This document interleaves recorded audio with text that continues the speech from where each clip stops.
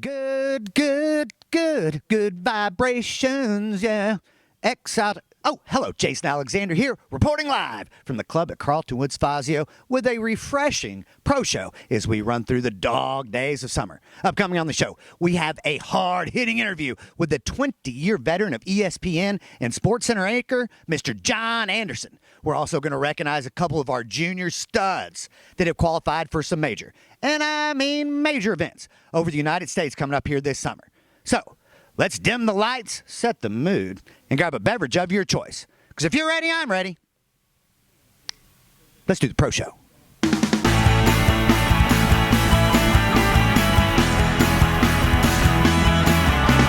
Hey, I'm Jack Nicklaus, and I love the pro show. I tell you, don't miss it. It's fantastic. It's absolutely the best. Oh, special thank you to the Golden Bear, the one, the only Mr. Jack Nicklaus. One of the millions and millions of pro show fans. And speaking of fans, I think we've all been fans of a little show since 1979 called SportsCenter. And we had a chance to get a hard-hitting interview with one of their lead anchors, John Anderson. Let's take a look. All right, a big welcome to John Anderson, one of the lead anchors for SportsCenter. Welcome to the pro show and the millions and millions of fans. Jason, what an extraordinary pleasure for me. What an honor to be here on the show with you. Listen, I have walked down the fairways of St. Andrews visiting with Tiger Woods during a practice round about his children. I've made a hole-in-one and a par four. I have this picture of me and Andy North, and yet this, highlight of my career. Thanks for having me. Even better than a picture with Andy North. Are you kidding me? We're in high cotton today. All right, Mr. Anderson, here's the deal. Welcome to the hard hit nine, because everybody knows. Tends just way too many questions. First up out of the gate, everybody wants to know, what's the coolest thing about working at ESPN and anchoring SportsCenter? This is kind of an inside local TV knowledge, but I always say the best part about working at ESPN is that I never lose time to the weather guy, right? If there's a snowstorm, if there's a hurricane coming, I never have to go, well, I'll give a minute back and we'll let, Johnny Joe Weather with his tie all undone, take the rest of our time. So that's cool. And then at any given moment, you just never know who may walk around a corner, whether it's Peyton Manning or Usain Bolt, LeBron James, Simone Biles. It's just really, it's kind of a fun, cool place to work because you never know who's going to show up. And no offense to the accountants out there, but I'm not really sure, you're an accountant and you're walking through your hall and all of a sudden you go, I think that was Dwayne Wade that went by. I'm not sure. So all that stuff's pretty cool. Even after all these years, it's fun. You get a little starstruck and go, wow, those guys are just walking through my cubicle. John Anderson, I couldn't agree with you more. That has to be pretty cool to see some of the celebrities and wonderful athletes rolling through the studio at SportsCenter. Okay, switching gears a little bit. Everybody knows you're from Wisconsin. I got to ask, what is the situation with Aaron Rodgers? He's saying he doesn't want to come back to Green Bay. What's your take? So this is a really painful subject for everyone in Wisconsin. And usually I wear Wisconsin pride, but I figure it's a golf show, so I should wear my wife's alma mater, Oklahoma State Golf School. Listen, I feel this, and this is probably more 30 years in sports broadcasting, sports journalism. Listen, if a dude doesn't want to be there, then don't have him there.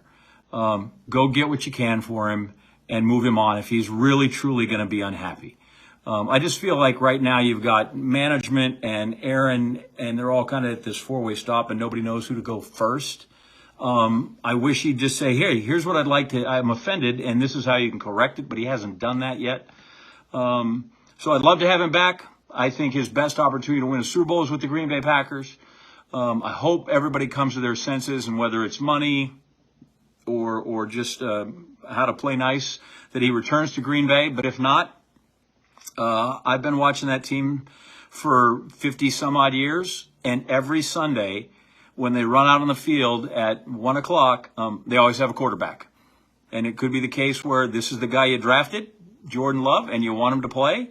Well, now's your chance. It's not ideal, but it is how it is at the moment. We got two stubborn parties. Hope he's back, but if not, Jordan Love, you're on, brother. Yes, sir. The Jordan Love era could be kicking off in Green Bay come September. We'll see. Speaking of Green Bay, I got to ask you, 2014, Tony Romo to Des Bryant down the sideline, NFC Championship game. Was it a catch? This is the easiest question in the world. Not a catch. You know how I know? Ref went like this. Not a catch. End of story. Now, if he was in my backyard in Green Bay, we were playing, we'd all go, yeah, totally a catch. That's fine. But you know what? Those were the rules then, and we have to play by the rules. So not a catch. And by the way, even if it is a catch, people think, oh, well, there they are. The Cowboys win because he gets a touchdown. There was like 5 minutes left. You don't think Aaron Rodgers isn't going to come down and score again? He is. So fine, take the catch. The Packers go down the field, they're going to win anyway. And don't think that that's not true, because I think with like 39 seconds left, he threw one of the all-time great passes against the Cowboys for like 39 yards, and we kick a field goal and we win anyway. So everybody in Texas should just get over that. Not a catch, and even if it was, you lose anyway. I don't know, Jay. That Cowboys D was pretty stout back in 2014, but I guess we'll never know. All right, on to the next question. One of my favorite questions to ask all of our Pro Show's guests. What is your favorite all-time sports movie? We got to know. So everybody's first inclination in the cinematic universe is to go, oh, golf, Caddyshack, which is by all measure a fantastic film. But I'm going to go Slapshot. If I got to have one, this is the one we're watching. If I want to impress the ladies, I go with Reg Dunlop, and I'm a Slapshot guy. Slapshot. Okay. Everybody knows you're a big ice hockey fanatic, which makes a little more sense. Okay, on to the next question. Look, you, Miss Anderson, and one candle right in the middle of the table. Are you cooking, dining in, dining out? What's on the itinerary for the Andersons for dinner? So with Mrs. Anderson, first off, I'm not cooking. I can, but I was a bachelor for like 30-some years. I just don't want to cook. That's not going to be a romantic date at all. So I have to go someplace. Go someplace really nice. I'm going to get a terrific steak. I'm going to get a twice-baked potato. She's going to have the salmon, probably a Caesar salad, something a little lighter. I'm going to drink vodka gimlets just to more. I'm not a big red wine guy with my steak, and that's going to be it. And I think it works because we do that, and she loves me for it.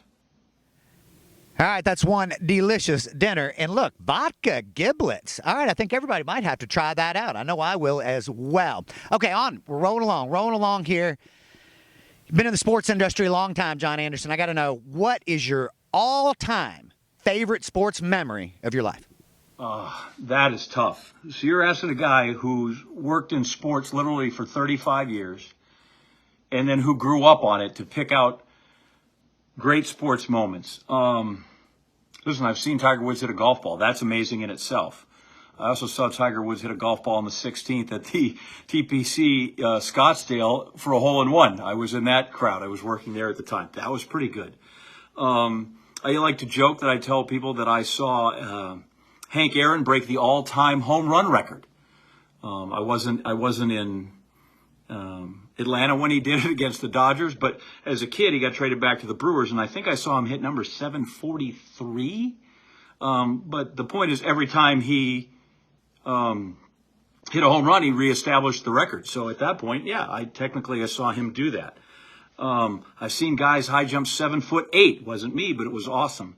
So those are all really big things. Probably the fact that my favorite sports moment I was involved in was I finished the New York Marathon, which was great. But my all-time favorite sporting moment, and I wasn't there for it live, but I was like most of the people my age, I'm 56, watching the 1980 Olympic team win the gold medal, and then the Friday night before watching them beat the Russians in 1980 in Lake Placid is probably my favorite sports moment ever, which makes this more show and tell. Probably my favorite memorabilia thing that I have, and that is my 1980 USA jersey signed by Mike Eruzione and Mark Johnson on Wisconsin.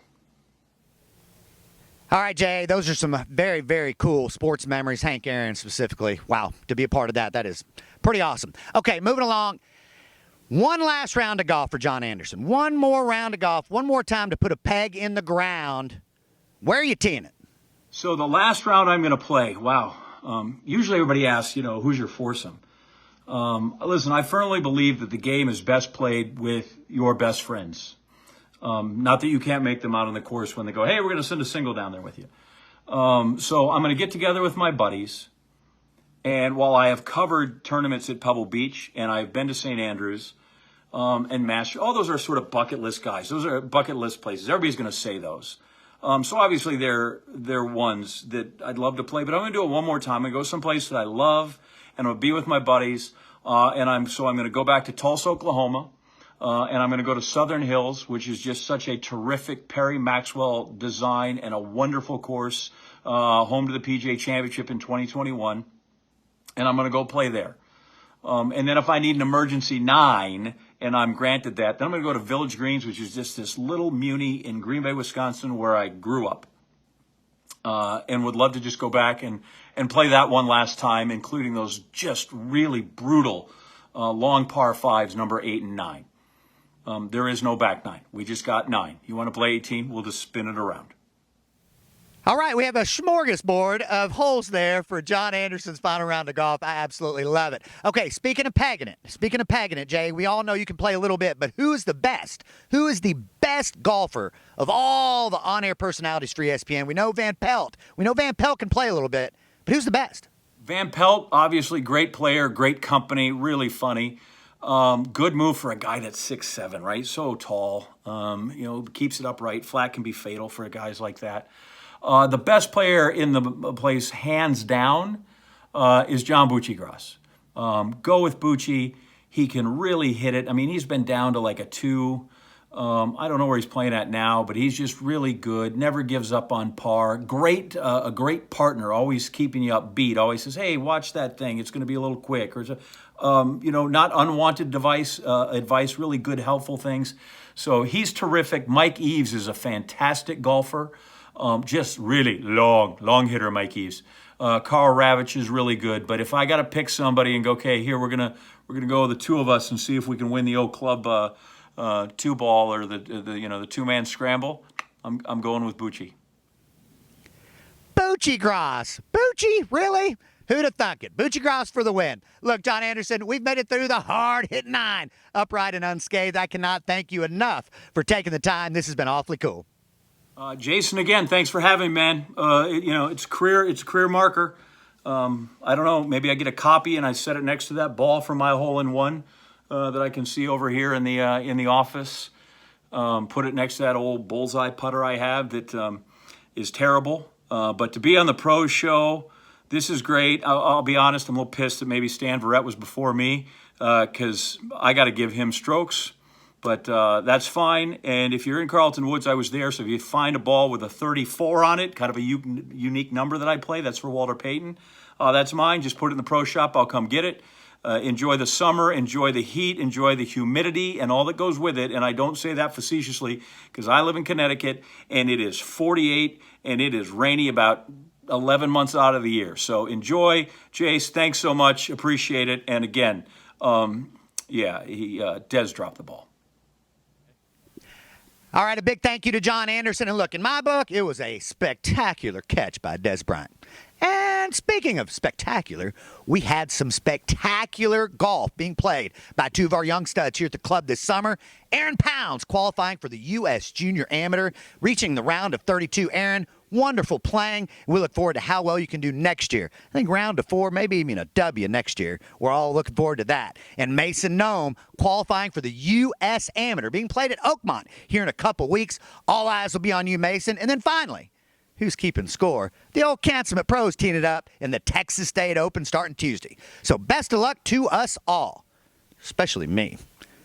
Now, fans, we got more Pro Show coming up right after the break.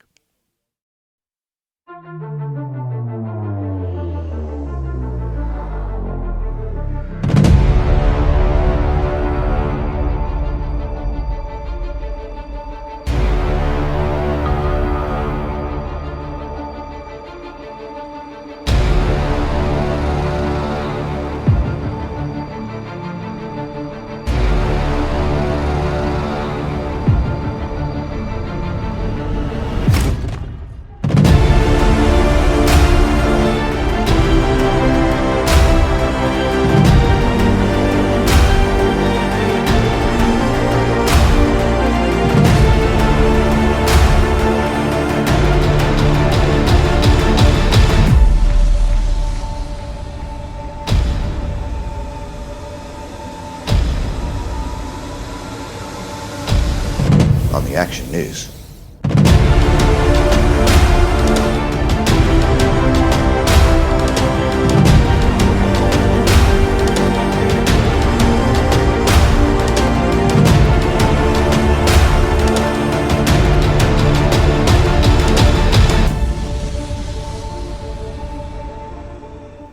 Okay, team, I know we're all excited to see Dan Fairway and the Carlton Woods Action News team back in action in September. Couple notes as we close this show. Big thank you to Tim Huber and the agronomical team here at the Club of Carlton Woods. With the Nicholas Range renovation, we're hoping to be on that fresh cut turf in October and be live, ready to go. Also, save the date, September the 25th. Our 20th anniversary party here at the Club of Carlton Woods, September 25th at the Nicholas Clubhouse. Mark your calendars for that. So, on behalf of the staff of the Club of Carlton Woods, to the members, guests, millions, and millions of Pro Show fans, until next time, have a big time.